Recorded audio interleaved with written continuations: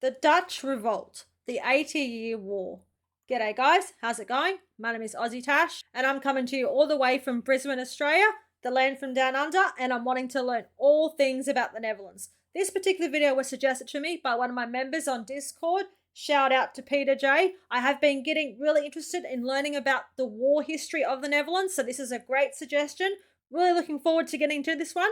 But before we do, guys, please make sure to jump on, hit that subscribe button, smash the notification bell so you're notified of all future videos. Okay, let's get into it. The Dutch Revolt, the 80-Year War of the Dutch Republic against Spain, 1568 to 1648. Oh my gosh, let's go.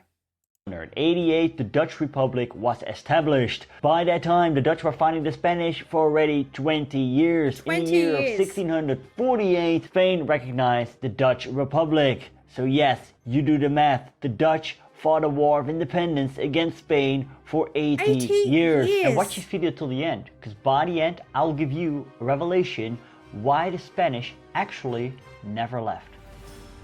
So they're still there. During the Hundred Years' War, which actually lasted longer than 100 years, the Duchy of Burgundy took many areas of the Low Countries, what is today the Netherlands, Belgium, Luxembourg, and northern France. The only daughter of the Burgundian ruler married to an Austrian prince, and thus these areas came in the hands of the Habsburg Empire, an imperial Austrian family. In 1515, Charles V became the new ruler of the Habsburg Empire.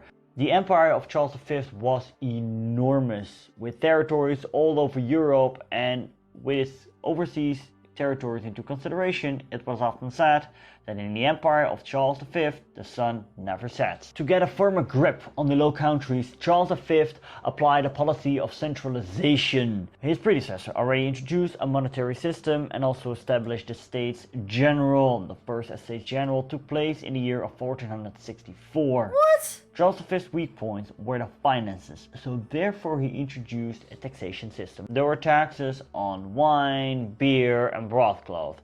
Now, these taxes were collected by the provinces. Therefore, these provinces were strengthened instead of the central government of Charles V in Brussels. So basically, Charles V's taxation plan backfired. Meanwhile, the Protestant Reformation had kicked off in the German states.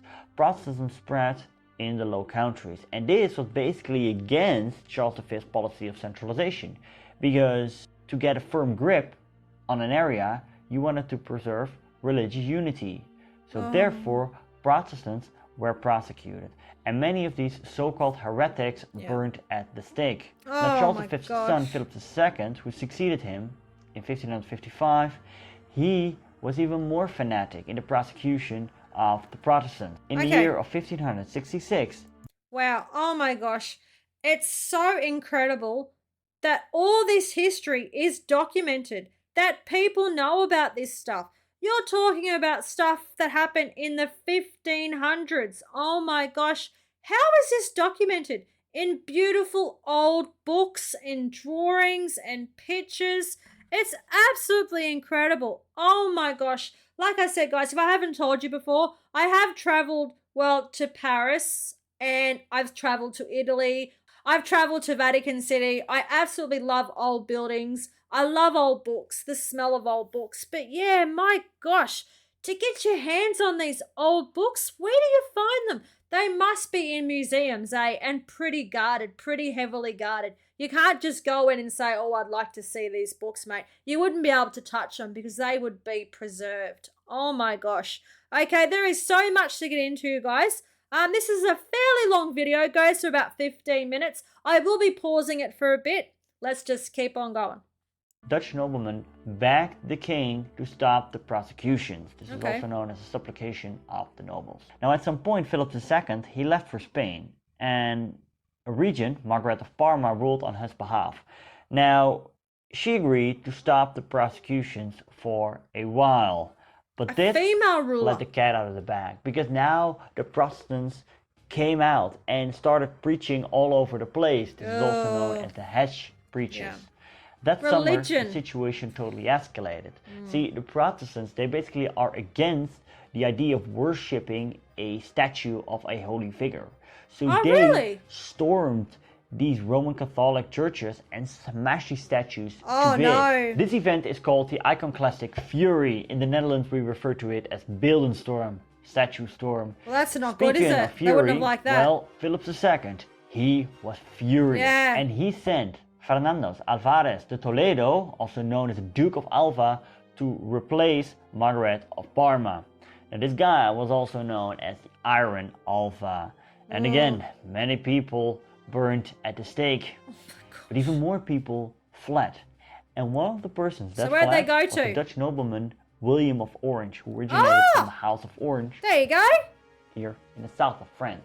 I know in about you. 1568, William of Orange That's him. returned from the German states to the Low Countries with an Okay. army of mercenaries. Oh, here we William of Orange go. had hoped that the Dutch would revolt against the Spanish en masse, but this didn't happen.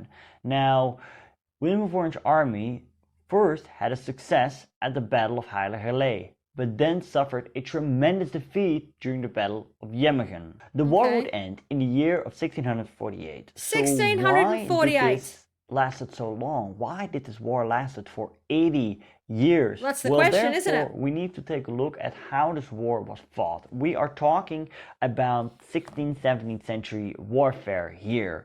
So don't think that armies tried to grab as much land as possible and that there was a front that was either stagnant like in World War I or moving like in World War II. Yes, No. that's true. During the 80 Years' War, it was all about gaining control of the cities, because gaining control of a city meant you had the control of supplies, of weaponry, and fortification. Okay. So to gain the control of a city, it meant that it had to be besieged a lot of the times. So for months at an end, nothing much happened, especially during winter times. You'd And be then, when plotting spring it all, wouldn't arrived, ya? Troops started moving from one city to the other. This city then mostly found itself besieged, basically surrounded. Wow. So the war violence was concentrated on a very specific spot. Now the inhabitants of the Okay, so yeah.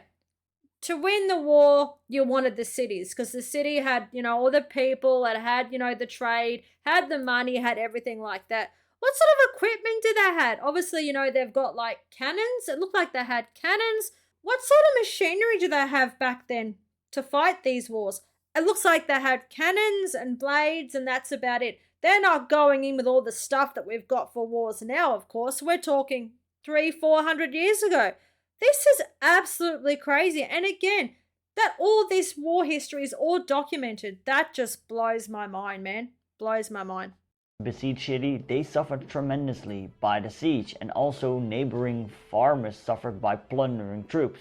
Speaking of troops, these were not drafted like we saw from the Napoleonic era onwards. No, Okay. armies of mercenaries fought each other. So what you saw is that in both armies, mercenaries from Italy, from Yeah. Swiss, from Germany, from England and Ireland fought against each other. These men didn't fight for the national cause. No, they No. fought for money. So after William of Orange suffered a defeat in the year of 1568, nothing much happened for 4 years. But then, on the 1st of April 1572, the rebels from the sea, also known as the sea beggars, in Dutch de watergeuzen, they invaded and occupied the coastal city of Den Briel, chasing away the Spaniards. Okay. Also, many cities in Holland and Zeeland turned their allegiance towards the insurgency. The Duke of Alva sent troops to suppress the uprising, and after initial success, they got halted at the gates of Haarlem. Now, according to I heroic know that stories, place. women and even children fought against the Spaniards. What? There's the legend of Kena Hasselaar, the woman who commanded an army of women and fought bravely against the Spaniards. Alright. But throughout the years, these stories most likely have been exaggerated. Oh. In the summer of 1573, Haarlem was forced to surrender after a month-long siege. The Spaniards executed all the Dutch resistance fighters. Oh, Speaking wow. of atrocities, in the Is that the previous women and the year, children as well? the city of Naarden peacefully surrendered to the Spaniards, and its Okay. inhabitants found themselves massacred at the hands of the Spaniards. So they surrendered After Haarlem anyway. fell, the Spanish moved to the Wow. city of Alkmaar. Yet, Hold on. the rebels had pierced through. It's so hard to fathom and to think about, like, hundreds and hundreds of years ago, all this fighting, all this devastation, all these massacring between countries, it's just crazy. These stories are really, really graphic. And the pictures, someone must have been documenting them, eh? Someone must have had a book and had just been drawing pictures, drawing what they're seeing, writing down what they're seeing. Historians, it's insane. It's absolutely insane. Guys, we are a relatively young country. Like, Captain Cook landed here in 1780. We've recently just had Australia Day. Of course, the Aboriginals, they've been here for 50,000 years. But yeah, our history is very young compared to 3, 4, 500 years old. It's crazy. To me, it's just, it blows my mind. So yeah. Through the dikes and opened up the sluices, so therefore the whole terrain was flooded and the Spanish were forced to withdraw. Okay. Next up was Leiden. After 8 months of siege, famine struck. Also here, Yeah, the everyone's area hungry was now. flooded and the Spaniards were driven out. Oh, there This you go. relief is annually celebrated in the city of Leiden with herring, Really? white bread, and stew. The Dutch have been battling the water for centuries, and now they used it to their advantage. Oh, yes, Now, they Spain did. was not only facing crises on the battlefield, no, also financial crises, because Spain was waging several wars at once, and Oh, there these you wars go. were very costly. When in the year of 1576, How did you fund a war back the then? Spanish garrison at Antwerp wasn't paid, they mutinied and sacked the city. So you Oh, see that also many civilians suffered en masse because of the Dutch revolt. In the same year, the Okay. pacification of Ghent was signed. The Protestants and Catholic provinces of the Low Countries, they put their difference aside so this is and real. united This exists because they somewhere. agreed that they That's had to so drive these cool. marauding Spanish troops out of the territory. Now, this was a reconciliation between the Dutch Where is that Protestants piece and of Dutch paper? Catholics. Who has it? However, it was also agreed that the provinces of Zeeland and Holland would remain Protestant, Calvinist to be more precisely, and that the remaining part of the lower countries would remain Catholic. Yet, these Calvinists, they took over cities that had to remain Catholic. So Oh, therefore, many Catholics that sided with the rebels before now switched their allegiance back to the Spanish king. So therefore, I don't really understand a lot about religion, but yeah, what I do know is that religion, it does have an ugly part in war, doesn't it? It really, really does. And a lot of wars are fought over religion and land, aren't they? So yeah. for much of the southern part of the Low Countries came under Spanish rule again. Another attempt to stand strong against the Spaniards took place in the year of 1579, when the remaining Dutch provinces signed the Union of Utrecht, where they agreed to stand strong against Spanish aggression. As a result of this, Philip II declared William of Orange, the leader of the Dutch insurgency, Oh yeah. as an outlaw. As An a reaction outlaw. to this, the Oh. Dutch, in the year of 1581, officially denounced Philip II as their king in the act of abjuration, Plakkaat der Verlatingen. yeah. Attempts to find another monarch failed, and in the year of 1584, William of Orange was assassinated by the French Catholic Balthasar Gerard in the Dutch city of Delft. Wow, that's His not son, good, eh? Maurits, succeeded his father as stadhouder of Holland and Friesland. And in 1588, the Dutch provinces declared themselves a confederacy, and thus the Dutch Republic was born. Maurits took the city of Breda in 1590, and for this he probably might have been inspired by the legend of Troy. What Maurits did is that he hid 60 soldiers in one of these ships. So, after the ships had entered Breda and the night was there, they came out of the ship, they subdued the Spanish guard and opened up the gates. And thus, Breda had fallen for the rebels. Also, in the year of 1600, Maurits' army faced the Spaniards at Newport. They were basically on their way to the city of Dunkirk, However, they by accident ran into the Spanish army By accident. and defeated them. This Cool. battle is fairly well known. When you Okay. ask Dutch people what they learned in history classes, they most likely recall the Battle of Newport. But that's not because it was such a significant battle, because the goal to gain Dunkirk eventually failed, Dunkirk wasn't reached. It's mostly because of the easy remembered year, 1600. Okay, so William of Orange was actually assassinated. Well, I might have known about that, I'm not quite too sure, but my gosh, the stuff that went on during this 80-year war and how it's all documented. Oh my gosh, that fascinates me. And the man delivering this video, mate, he switched on. He knows his stuff, doesn't he? This is so interesting. I'm absolutely loving it. The year is 1600. Mate, we've got 48 more years to go. What happens? From 1609 till 1621, there was a 12 years truce. It was a truce between the Dutch Republic and Spain. Both parties needed a rest after decades of fighting. The Spaniards were, as mentioned before, waging several wars at once. Yeah. So therefore, they wanted to focus their war efforts on France and not on the Dutch Republic. Okay. Also, the Dutch, they basically constantly had to fund this war, especially the region of Holland. And Holland also wanted to focus on trade. Now there was also time to reinforce fortifications and reorganize the army. Also during this time, the mutual division within the Dutch Republic became visible. And this led to several internal clashes. Most noteworthy the clash between Maurits of Orange and Van Oldenbarneveld.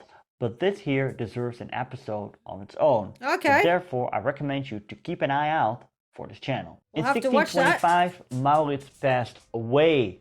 He was succeeded by his son, Frederik Hendrik of Orange, who continued the war against Spain.